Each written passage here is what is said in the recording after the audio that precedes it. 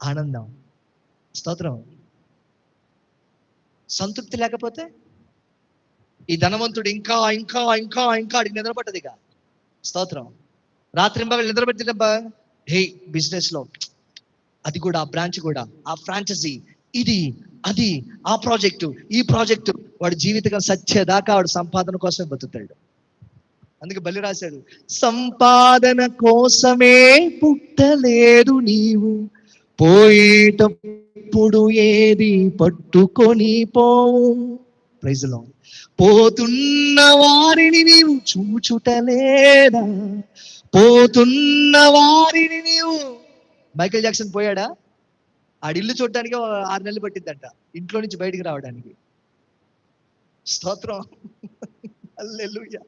ఎన్ని ఎకరాలు చూసుకో, ఎంత స్థలమో చూసుకో, ఎన్ని రూములో చూసుకో, ఎంత వైభవం చూసుకో, పోతున్న వారిని నీవు చూచుటలేదా, మిగిలియున్న వారు నీకు పాఠమే కారా.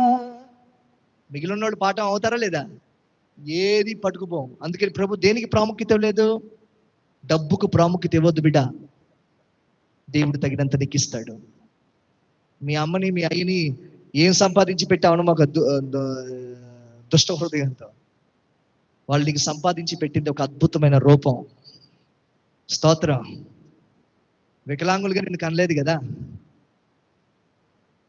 చెప్పండి. మతిలేనోడుగా కనలేదు కదా నిన్ను.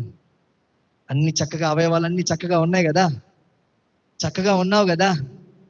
జీవితకాలం అంతా రుణపడి ఉండు. స్తోత్రం. హల్లెలూయా. అంతే కదండి. కొంతమంది గొప్ప తల్లులు ఉన్నారు, తండ్రులు ఉన్నారు, వికలాంగులు కలిగిన బిడ్డలను కూడా గుండెలో పెట్టుకొని చూసుకుంటున్నారు. ఇంకా పసిబిడ్డలుగానే చూస్తున్నారు. అలాంటి తల్లులను బట్టి దేవునికి స్తోత్రం. హల్లెలూయా.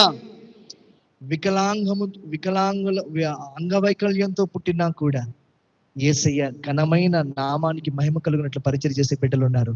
వారిని బట్టి దేవునికి, దేవదేవునికి స్తుతులు కలుగును గాక. వారిలో ఏమాత్రం ఎన్నికైన వారు కానే కాదు. ఆమేన్. హల్లెలూయా. దేవుడు బలహీనులను బలముగా వాడుకుంటున్నాడు. ఆమేన్. సో దేవుడు దేన్ని వద్దంటున్నాడు? ధనాపేక్ష వద్దు బిడ్డ. ధనాపేక్ష వద్దు. ధనాపేక్ష సమస్త విధమైన కీడునికి మూలం.